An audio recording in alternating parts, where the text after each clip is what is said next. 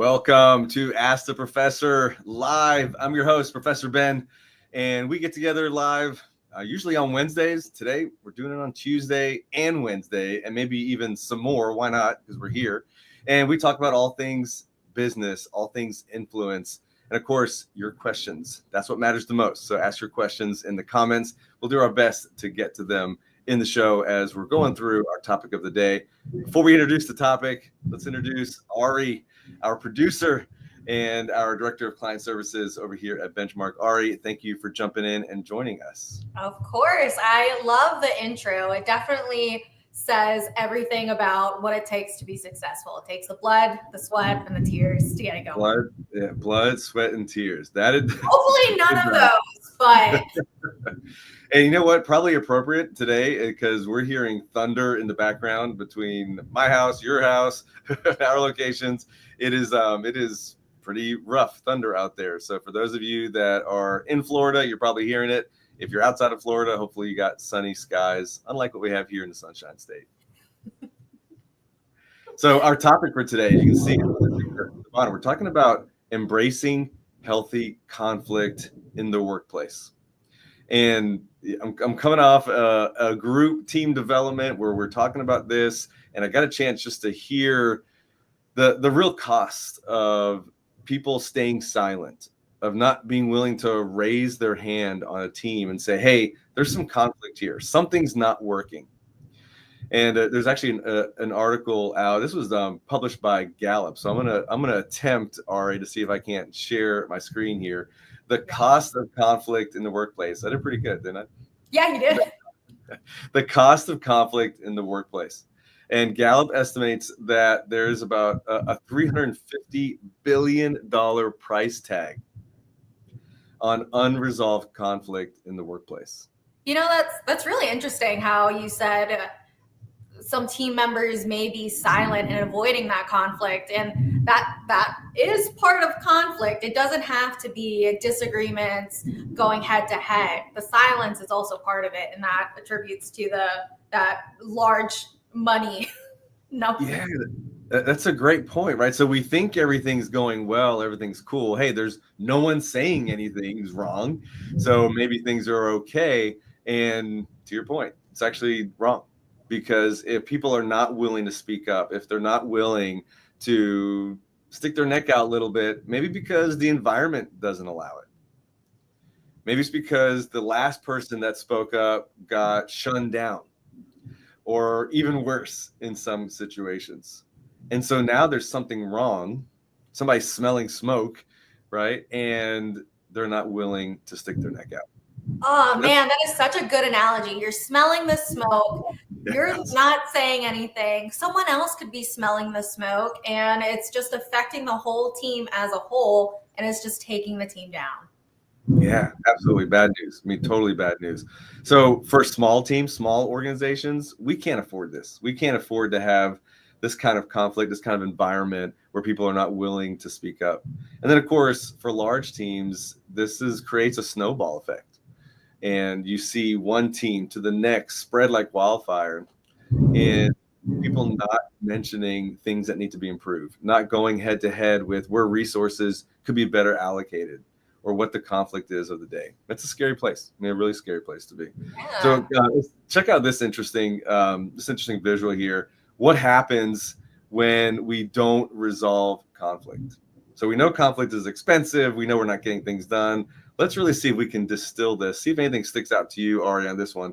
I'm looking at my screen over here, right? So damaged relationships, eroded trust. Think about just any kind of personal interaction that any of us have had at work in the past, and there's conflict. We don't want to resolve it. And now we don't really want to work with that person or that team. We try to stay away from them. Think of what that does to the productivity of that team. It's a tough place to be. Oh man, missed opportunities. Like that is the biggest one that I see there. Because if you're not speaking up and you're not saying your ideas, there could be a better way to do it. And the team just missed it. It really can. And so like think of a small company and the opportunities missed in that small company could be detrimental. Think of remote teams for larger companies, medium-sized companies that have teams, whether it's remote offices or work from home employees. It's so easy just to isolate yourself Oh, yeah. and not get involved because you are disengaged from the team.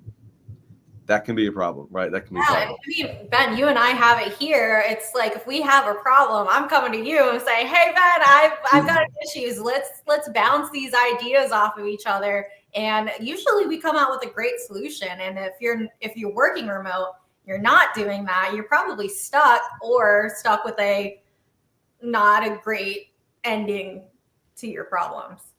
Yeah, you know what you made me think of too is the importance of having a tool or tools embedded in the environment of your organization or of your team that promote discussions like that. Like, think how many times you and I have called each other out. You've called me out probably a lot more because sometimes we'll say, "Hey, that's not part of our core values." Oh, Right? so Or true. are You we? called me on that too. Yeah. Like, are we living that core value right now? You know, pick one of them, whichever one it is. Are we living that right now? And what a healthy way to bring up, like, good point. We probably need to change something. That's Yeah. great conflict out there. So even a tool which seems so mundane or kind of over talked about as your core values could be a starting point to create the environment that embraces healthy conflict. Yeah. Like core values kind of get pushed away after you get hired onto the team. But when you're really embracing those core values, you're able to bring it up in conversation where it doesn't feel like an attack or like, hey, this work sucks. It's like, well, this work doesn't meet our core values of commercial grade. So let's work on that together and figure out how we can get it up there. Yeah, it gives us a roadmap, right? Absolutely. And there are so many tools like that. We'll talk about them, and hopefully we'll get to it today. If we don't today, we'll keep this conversation going as long as we need to, just to help some people out there in embracing healthy conflict. There are so many tools out there that you can plug into your environment, make it part of your day-to-day conversations, and make it easier for your team to embrace healthy conflict. Mm-hmm. So this is an interesting visual here, which is, okay, we talked about what happens when there is when healthy conflict is not embraced, right? There is conflict and people aren't addressing it. What happens when you do address healthy conflict? There's some big power moves that come out of this. And if you look at the green side here, I love this visual that you put together, Ari, is if you look at where the scale is tipping on the green side, increased communication, right? Okay, so there's some team members, they weren't seeing eye to eye. Somebody raised their hand. They had a healthy discussion. Now the communication's better. The willingness to collaborate is better, is stronger. Think of the outcomes that come from somebody sticking their neck out just a little bit. And you get different perspectives, not just tunnel vision from one person's perspective. For sure. Yeah, and you can see like the level of commitment. Like when there's conflict, their team is committed to the best outcome as possible. Heck yes. Makes a big difference here. So I'm going to move on here. This visual, I think it's important for those that are hearing this and saying, okay, so yeah, I've seen conflict in the workplace, and I wasn't quite sure if I needed to raise my hand. I wasn't quite sure if it was going to be destructive, if I said anything about the situation. And that's where this all comes into play, is like, we need to know what that balance is when it comes to conflict. And this is adapted from a book called The 5 Dysfunctions of a Team, Thomas Lencioni's book. Great book. If you haven't read it, I highly recommend it. And he talks about the perfect pinpoint of what conflict looks like on a team, how a team addresses conflict, embraces conflict day to day. It's not artificial, right? We can't be like, oh yeah, everything's okay. It's not that. On the other side of things, it's not attacking the individual. It's somewhere right in between those two. There's a little bit of tension, and yet at the same time, it's there for positive reasons. Oh, that's such a good word. If you think of the visual of tension, like imagine if you're putting up a tent. Too much tension, the tent's going to fall over. Too little tension, the tent's not going to stand. And again, fall over. So Yeah. the amount of tension is just like perfect. let's go back to that. So too much tension, the tent's going to fall over. Not enough tension, the tent's going to fall over. Like that's what happens on the team. If we're living in this kind of artificial harmony state, we're not getting things done. We're not challenging ourselves. We're not looking for wins and opportunities. If we're a little bit too rough, right, pointing fingers at the person, then now people are going to recluse or lash back. And again, missed opportunities. The tent's falling over either way. You got to have that tension right in the middle. Yeah, and it's like finding that tension. It's just all about having a conversation. That's where it starts first. Talk about it first. Yeah, absolutely. Check out this. This is a great comment. Ours, Andy, I think we've seen you on the show before. Crazy how one simple issue causes so many complex problems. Well said, right? Well said. And it is a simple issue. It is like, hey, something goes wrong. Somebody did something that I wasn't comfortable with. Could have been a misunderstanding. Could have been just the wrong direction. And I'm not going to address it. Instead, I'm just going to live in artificial and harmony, or I'm going to point my fingers at the person or attack that person.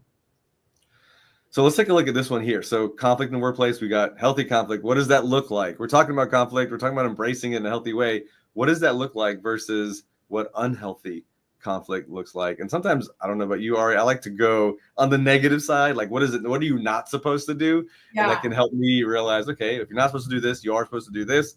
So let's look at what unhealthy conflict looks like. Focusing on the personalities.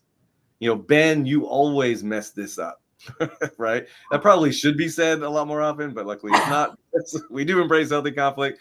But like, hey, focusing on that one person, what they're doing wrong. One of our sayings, Ari, you're thinking the same thing I'm thinking, is we help teams focus on the process, right? Point fingers at the process. Where can we improve the process instead of pointing fingers at the person? Yeah. That changes the dynamics completely.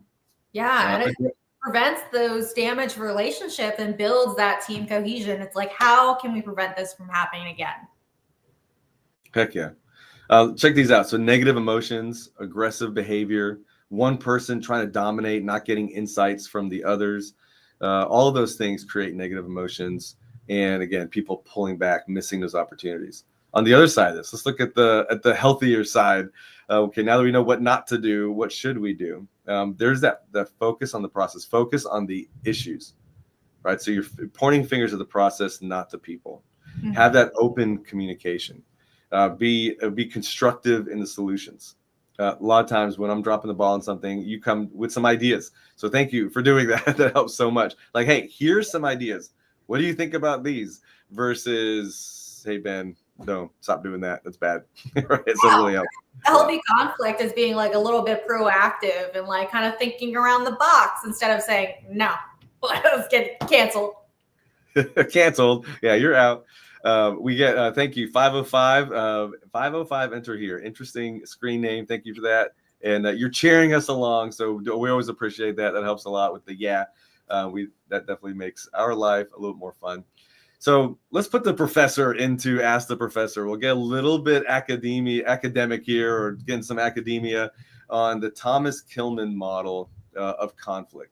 So we'll keep it high level. One of the most important things with the Thomas-Kilmann model, and you can Google this, you can chat GPT it, right? Get familiar with this. What's most important about this model is that we create a common language for our team. That when people are fighting over resources, when there's conflict on the team, that we can all raise our hand and say, this is where I stand. This is my direction for this specific topic. And we can look at some of the ways. So first off, avoiding, right? You would think avoidance and conflict would be bad, but in some cases, you don't need to be involved. It doesn't really pertain to you. It's not limiting your resources or your time. It's okay for you to raise your hand and say, hey, I'm sitting this one out. Right, this one's not on me. If you need me, I'm here. You can reach out to me. You don't have to get involved, and that's okay. Now, if you do need to get involved, obviously avoidance would be bad. So we don't want to do that. Collaborating. Sometimes collaborating is the way to go. Hey, you know what? We can get the best of both worlds here without a compromise. Not always possible. Sometimes conflict arises. We'll hear this a lot. Conflict arises from budget restraints, resource restraints, Time and restraints. time constraint, huge resource, right? They're Time. all restraints, Ben. All of them.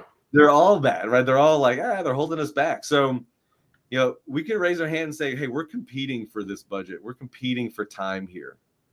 And here's why we should get it. It's a healthy way to approach reality, and just labeling your approach in this specific conflict using this model takes away the emotion, takes away the frustration, and allows all of us to engage that prefrontal cortex so we can do some executive thinking on how we're going to get through that model. So, or how to get through conflict. So get familiar with this model, make it a common language on your team so that you can label your situation, label the conflict, and take away the emotion from what's happening in this situation, engage everybody's prefrontal cortex, get that executive function going so we can now find solutions instead of be frustrated with each other. I'm going to dig a little bit further into one of your favorite topics. Yeah. I'm going to put you on the spot. Speaking of conflict, can I give you some conflict? I'm going to put you on the spot a little bit. No, don't make me do it. I'm going to put you on the spot for a little bit. And let's talk about how DISC. So you're a leader. I'm a leader, right? We have team members we're responsible for. Yeah.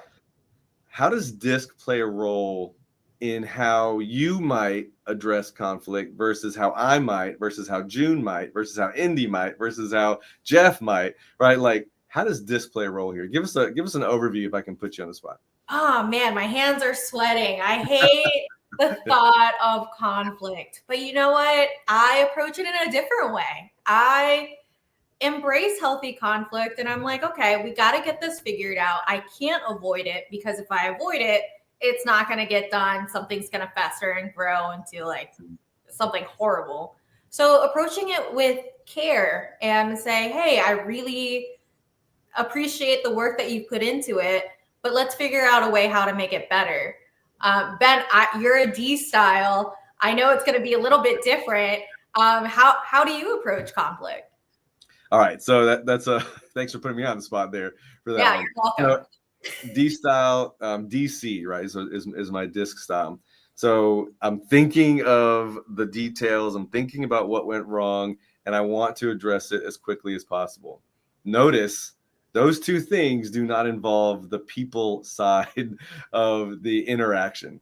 So sometimes I have to just take that step back and go, okay, let's think about the people side. I know what I want to get accomplished. I know what's going through my head.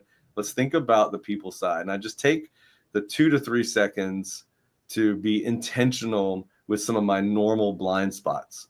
Can I do this every time? Probably not, right? Definitely not. But knowing, just being aware of that. So those of you that are watching now, whether it's recording or watching live, if you utilize a tool like DISC or Myers-Briggs, be intentional about your strengths and your blind spots when it comes to addressing conflict with the team member. Remember the people side of things. If you're more task focused like I am, if you're more people focused like Ari is, remember that who you're talking to might be more worried about the bottom line than they are about the emotions and the people on the team. We need all of it. We need all a well-rounded discussion. We just want to address it. We want to bring it up in a way that's going to resonate the best with that person's specific communication style. For sure. A little bit of pain there, a little bit of having to take that deep breath, slow things down when it comes to conflict. That's part of it. Hey, I'm watching the time. Ari, how does this happen? I don't know. We just keep rambling and yapping on, and time's over. And it just flies by. So we need to pick this up. Maybe we come back. I don't know. We'll look at our schedule, see if we can come back to do this on Thursday. Most importantly, for those of you that are watching now, make sure you're registered for our Ask the Professor episode, our official one of the week. That is Wednesday. That's tomorrow, coming up Wednesday, 11:45 Eastern time. We'll have our guest host, Indy Bowman, with us to talk a little bit more about some leadership concepts. In fact, I think our favorite one, we're talking about accountability. So be sure, if you haven't registered for the reminder on LinkedIn, go do that now. If you're on YouTube or Instagram, make a little note, stick a sticky pad somewhere on your desk. You need to be on this one of these stations, 11:45 Eastern, to tune in for that conversation. For sure. Well, thank you guys for attending, and I think we got an outro song for you guys, just a little snippet. Hey, I'll take the outro song, and looking forward to seeing everybody tomorrow and possibly on Thursday. Take care, guys. Bye.